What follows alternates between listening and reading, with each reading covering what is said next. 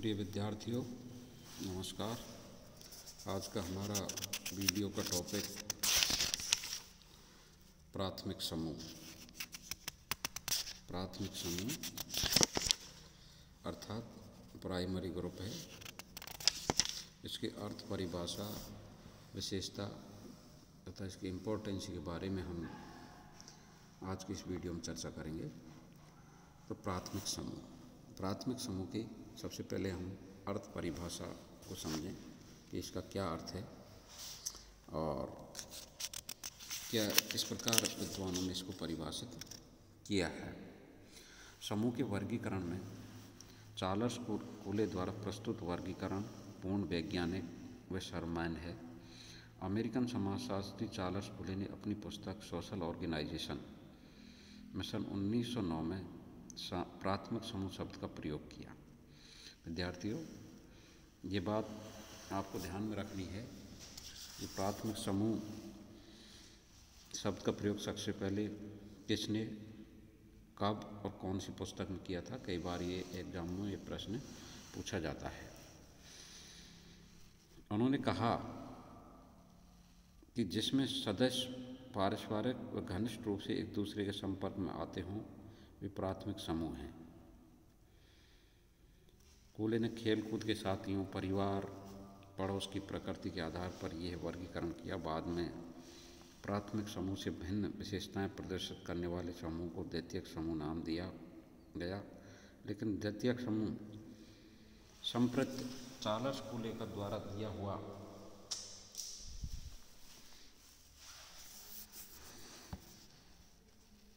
नहीं है।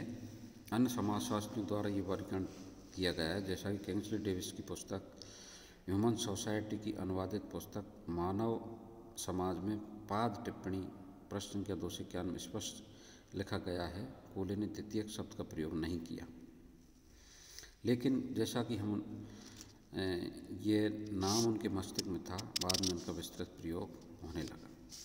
कूले का वर्गीकरण सभी समाजशास्त्रियों को मान्य है, यद्यपि उससे पूर्व सन 1887 में एफ टॉनिज ने जेमिन शेफ्ट तथा जैसल शेफ्ट अर्थात घनिष्ठ सामुदायिक संबंध तथा संगठित अवैयक्तिक संबंध के रूप में प्राथमिक व द्वितीयक समूह को वर्गीकृत किया है। अब हम प्राथमिक समूह पर विस्तार से प्रकाश डालेंगे। प्राथमिक समूह के विषय में कूले ने कहा कि प्राथमिक समूह से मेरा तात्पर्य उन समूह से है जिनकी विशेषताएं आमने सामने का घनिष्ठ संसर्ग और सहयोग है। वे अनेक अर्थों में प्राथमिक है, परंतु मुक्त है इस बात में कि वे व्यक्ति की सामाजिक प्रकृति और आदर्शों के निर्माण में मौलिक हैं। घनिष्ठ साहचर्य का परिणाम ये होता है कि सामान्य संप्रति में व्यक्तिताओं का एक प्रकार का एकीकरण हो जाता है, जिससे अनेक प्रयोजनों के लिए एक व्यक्ति स्वयं समूह का सामान्य जीवन और उद्देश्य हो जाता है। इस संपूर्णता के वर्णन की अति सरल विधि ये है कि हम उनमें परस्पर सहानुभूति और पारस्परिक परिचय बड़े गहन हो जाते हैं।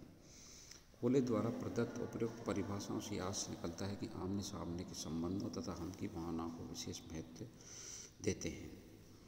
चार्ल्स कूले ने प्राथमिक समूह की 6 विशेषताएं बताई।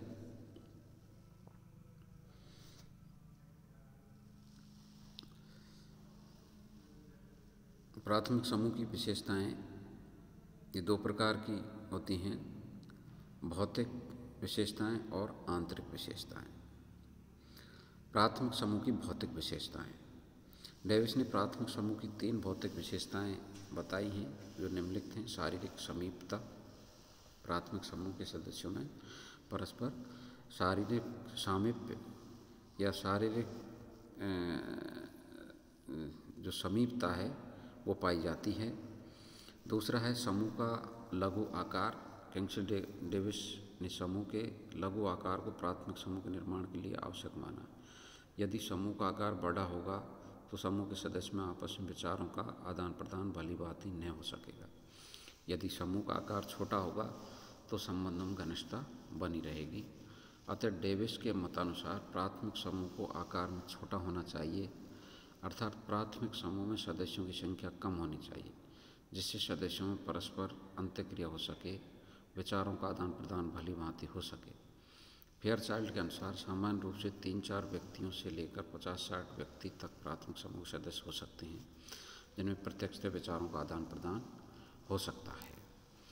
संबंधों की अवधि। डेविस के अनुसार प्राथमिक समूह की तीसरी विशेषता संबंधों की अवधि। उनके मत में जितनी लंबी अवधि या समय के लिए सामाजिक संबंध होंगे, उन संबंधों में स्थिरता उतनी गहरी होगी, और जितनी कम अवधि के लिए सामाजिक संबंध होंगे, उनमें घनिष्ठता उतनी कम होगी। कहने का आशय है कि घनिष्ठता और संबंधों की अवधि में प्रत्यक्ष संबंध यह है कि घनिष्ठ संबंधों के लिए आवश्यक है कि प्राथमिक समूह में समूह की अवधि भी लंबी हो। निष्कर्ष किंग्सले डेविस के अनुसार प्राथमिक समूह के लिए भौतिक निकटता, समूह का छोटा आकार, संबंधों की लंबी अवधि का होना आवश्यक है, जिससे समूह के सदस्य परस्पर भूमिका का निर्वाह कर सकें। दूसरा है प्राथमिक समूह की आंतरिक विशेषताएं। संबंधों की प्रकृति, internal features of primary group, nature of relationship. प्राथमिक समूह की कुछ विशेषताएं ऐसी हैं जिन्हें आंतरिक या मानसिक विशेषताएं कहा जा सकता है, जो निम्नलिखित हैं। लक्ष्यों का तादात्म्य, आइडेंटिफाई ऑफ एंड्स। प्राथमिक समूह के सदस्यों का एक ही लक्ष्य होता है, एक ही प्रवृत्ति व प्रयत्न होता है कि वे सभी समूह के लिए कार्य करें। समूह के हित सदस्यों के अपने हित हो जाते हैं, सदस्यों के अलग से विचार नहीं रहते, अब तो वे समस्त समूह के विचार हो जाते हैं। इस तरह प्रत्येक सदस्य समूह के उद्देश्य हितों से अपना तादाद में बैठा लेता है, उनमें एकाकार हो जाता है, तभी समूह अपने अस्तित्व को बनाए रखता है। उदाहरण के लिए परिवार एक प्राथमिक समूह है जिसके सभी सदस्यों का एक ही लक्ष्य होता है कि परिवार प्रगति करे। इसके लिए प्रत्येक सदस्य समान रूप से जागरूक रहता है। उन सभी सदस्यों के समूह एक होते हैं और यही भावना समूह या परिवार को एकता के सूत्र में बांधे रहती है। माता पिता अपने बच्चों के सुख के लिए हर संभव प्रयास करते हैं, उसी प्रकार बच्चे माँ बाप के सुखों का पूरा ध्यान रखते हैं, जिससे उनमें परस्पर हम की भावना भी तीव्रता रहती है। संबंध स्वयं साध्य। प्राथमिक समूह relationship is an and in itself. प्राथमिक समूह में संबंध स्थापित करना ही समूह का साध्य लक्ष्य होता है, न कि किसी लक्ष्य या साध्य की प्राप्ति करना। परिवार एक प्राथमिक समूह है, वहाँ सदस्य परस्पर व्यक्तिगत या व्यक्तिगत संबंधों के दृढ़ीकरण को महत्व देते हैं। किसी साध्य की प्राप्ति इन संबंधों से होगी ऐसा नहीं समझते। किंग्सले डेविस का मानना है कि ये संबंध संविदा, आर्थिक लाभ अथवा राजनीतिक उद्देश्यों से प्रभावित नहीं होते, बल्कि व्यक्तिगत, आत्मिक, भावात्मक तथा अपने आप में पूर्ण होते हैं। कहने का आशय यह है कि संबंध स्वतः विकसित होते हैं, न कि इनकी स्वार्थवश इनको विकसित किया जाता है। संबंध व्यक्तिगत होते हैं। Relationship is personal. व्यक्तिगत संबंधों से आशय है कि किसी आर्थिक अथवा सामाजिक स्वार्थवश सदस्य परस्पर संबंध स्थापित नहीं करते, अपितु व्यक्ति के महत्व पर संबंध आधारित होते हैं। माता पिता, भाई बहन, माँ बच्चे में व्यक्तिगत संबंध होते हैं और प्रत्येक का स्थान महत्वपूर्ण है, जिसका प्रतिस्थापन नहीं किया जा सकता, न ही इन संबंधों का स्थानांतरण हो सकता है। एक ही संबंध में एक व्यक्ति के स्थान पर दूसरे को प्रतिस्थापन नहीं किया जा सकता। उदाहरण के लिए माता या पिता, किसी की मृत्यु हो जाने पर कोई अन्य सदस्य माता पिता का स्थान नहीं ले सकता। संबंध संपूर्ण होते हैं। The relationship is inclusive. प्राथमिक संबंधों में व्यक्ति घनिष्ठ संबंध होने के कारण एक दूसरे को भली भांति जानते हैं, जिससे उनमें व्यक्तित्व की संपूर्णता पाई जाती है। डॉक्टर, रोगी, शिक्षक, छात्र आदि संबंध जीवन के एक पहलू संबंधित होने के कारण कुछ समय के लिए होते हैं, इनमें संपूर्णता नहीं होती। उद्देश्य प्राप्ति के बाद संबंध टूट जाते हैं, किंतु पिता पुत्र या मित्र के साथ संबंध संपूर्ण जीवन के लिए होता है। क्योंकि ये संबंध किसी विशेष उद्देश्य की पूर्ति के लिए नहीं होते, अब तो उनके अंतर्गत जीवन की सभी आवश्यकताओं की पूर्ति की जा सकती है। कहने का आशय यह है कि प्राथमिक समूह एक संयुक्तता की स्थिति है जिसमें प्रथागत, तकनीकी, आर्थिक और मनोरंजनात्मक सभी प्रकार के संबंधों का समावेश होता है।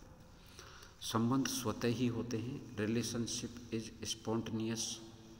प्राथमिक समूह की सदस्यता किसी आदेश के आधार पर नहीं ग्रहण की जाती, बल्कि स्नेह, ममता, प्रेम आदि के कारण स्वाभाविक रूप से संबंध बन जाते हैं। ये संबंध किसी औपचारिकता के आधार पर नहीं बनाए जा सकते।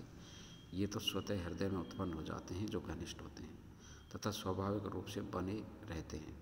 माता पिता, भाई बहन आदि में परस्पर संबंध किसी बाह्य दबाव से नहीं, वरन कुछ ऐसी भावनाओं से स्वतः ही विकसित होते हैं जिनके विषय में व्यक्ति स्वयं भी अनभिज्ञ रहता है।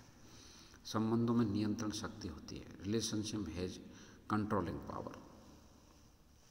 प्राथमिक समूह में अत्यधिक नियंत्रण शक्ति होती है, अर्थात संबंधों की घनिष्ठता के कारण व्यक्ति एक दूसरे से इस प्रकार बंधा रहता है कि वह किसी भी प्रकार के कार्य को नहीं कर सकता जो सदस्यों के लिए कष्टसाध्य हो।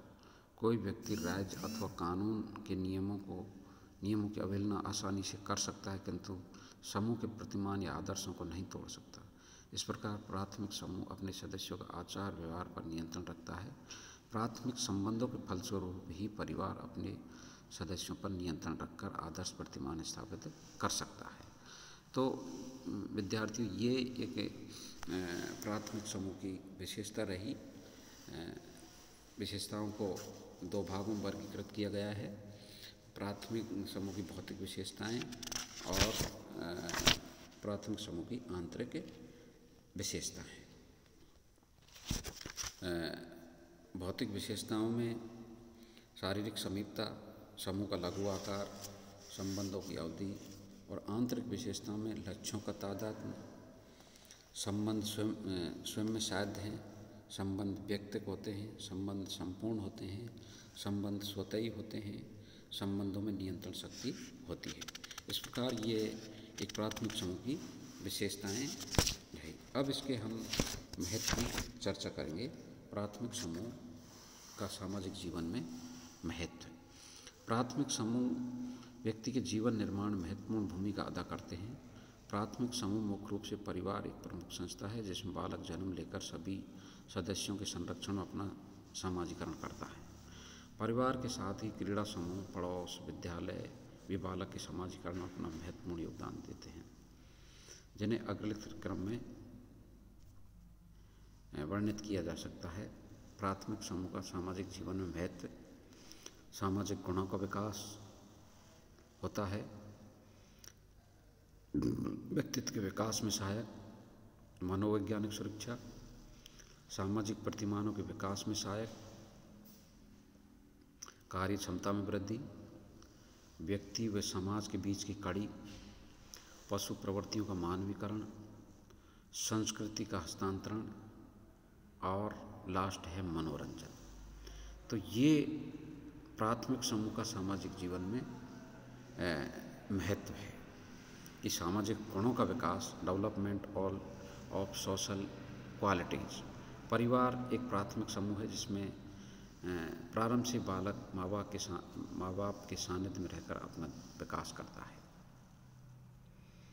परिवार एक ऐसी पाठशाला कही जा सकती है जहाँ बच्चा प्रेम, सहिष्णुता, सहकारिता, सद्भावना, कर्तव्यपरायणता जैसे गुणों को सीखता है। मित्र मंडली, पड़ोस आदि भी इन गुणों के विकास में सहयोग करते हैं, क्योंकि जब तक बालक किसी के संपर्क में नहीं आएगा उसमें सामाजिक गुणों का विकास नहीं हो सकेगा।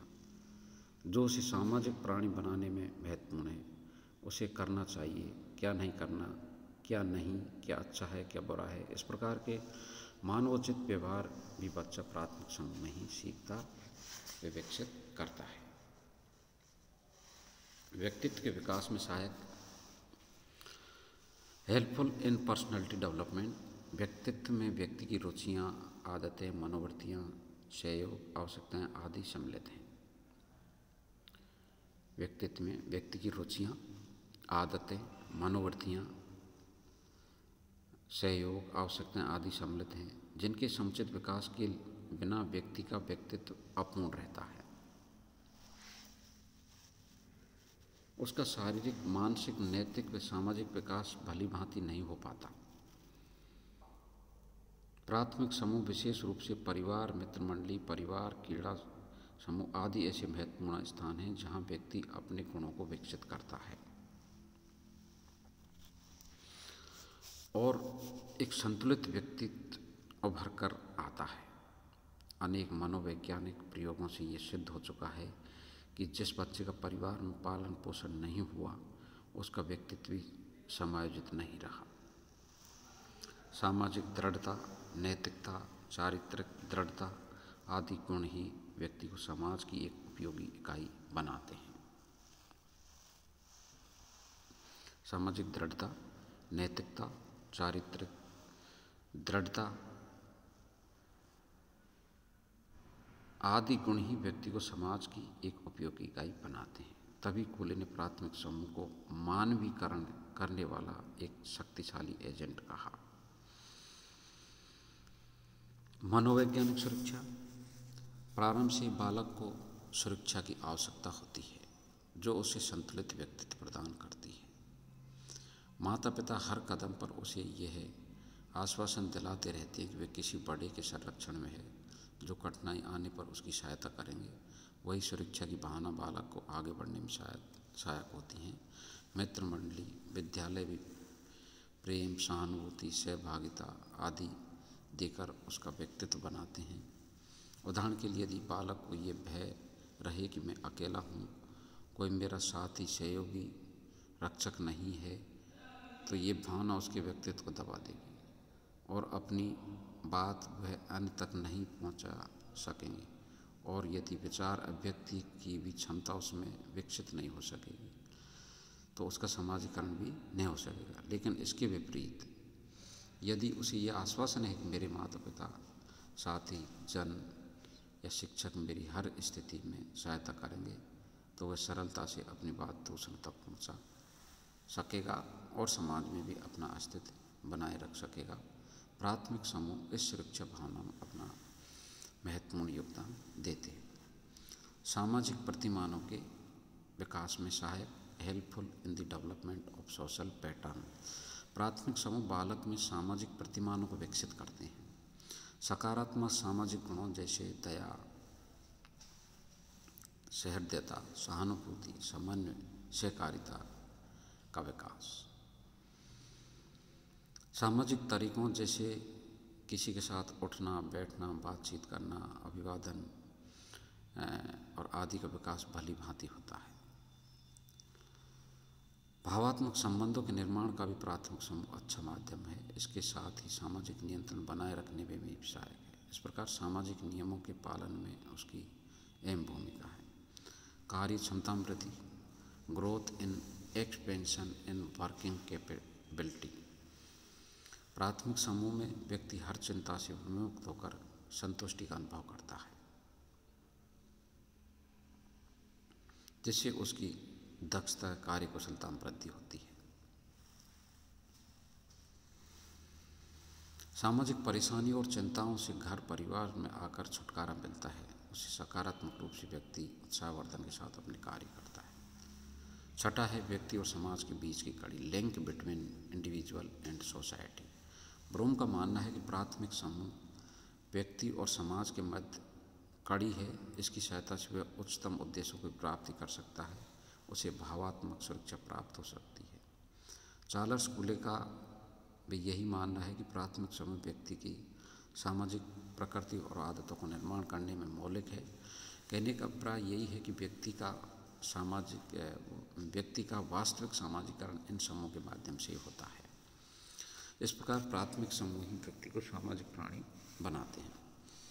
सातवां है पशु प्रवृत्तियों का मानवीकरण, ह्यूमनाइजेशन ऑफ एनिमल इंस्टिंक्ट। कूले के मतानुसार पशु प्रवृत्तियों का मानवीकरण ही संभवतः सबसे बड़ी सेवा है जो प्राथमिक समूह करते हैं। उसका अर्थ है कि व्यक्ति में लालच, सत्ता, प्रतिशोध, ईर्ष्या जैसी नकारात्मक प्रवृत्तियां होती हैं जो व्यक्ति को स्वार्थी, लालची बना देती हैं। प्राथमिक समूह ऐसी नकारात्मक प्रवृत्तियों का दमन कर उसे वास्तविक मानव बनाते हैं।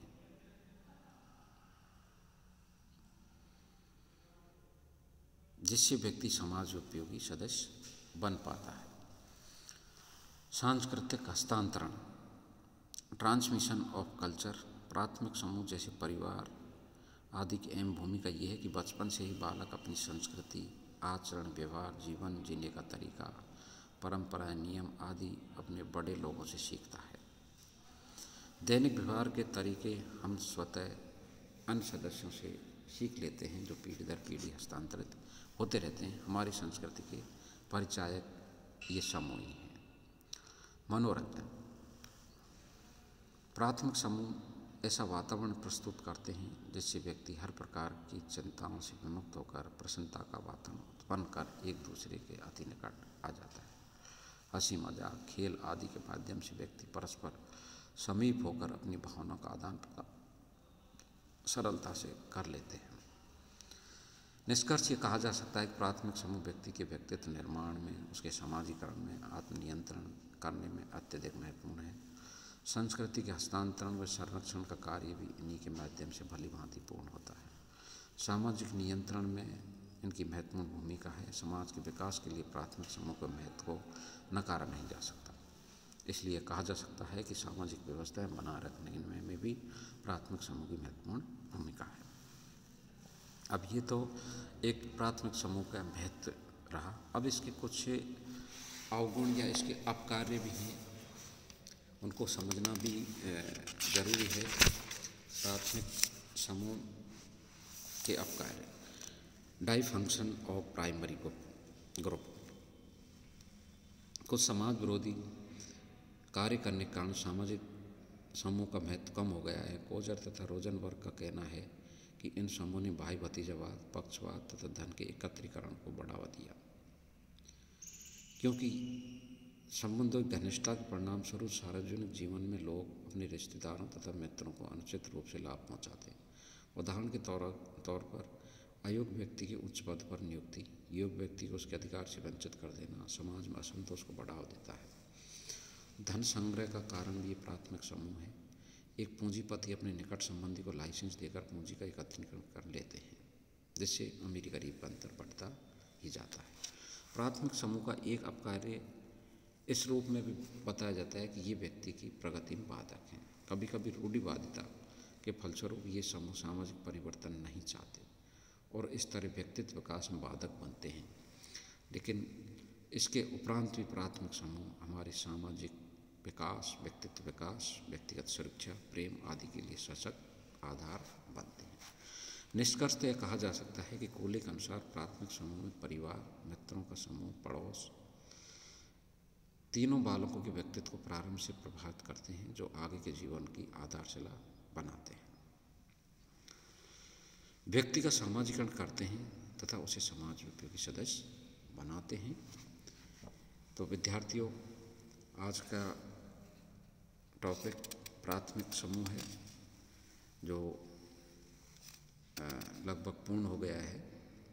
इसमें हमने अर्थ, परिभाषा, विशेषता, इसकी इम्पोर्टेंसी तथा इसके डाइफंक्शनल अर्थ, इसके अपकार्यों की हमने चर्चा की। आज के लिए इतना ही। नमस्कार।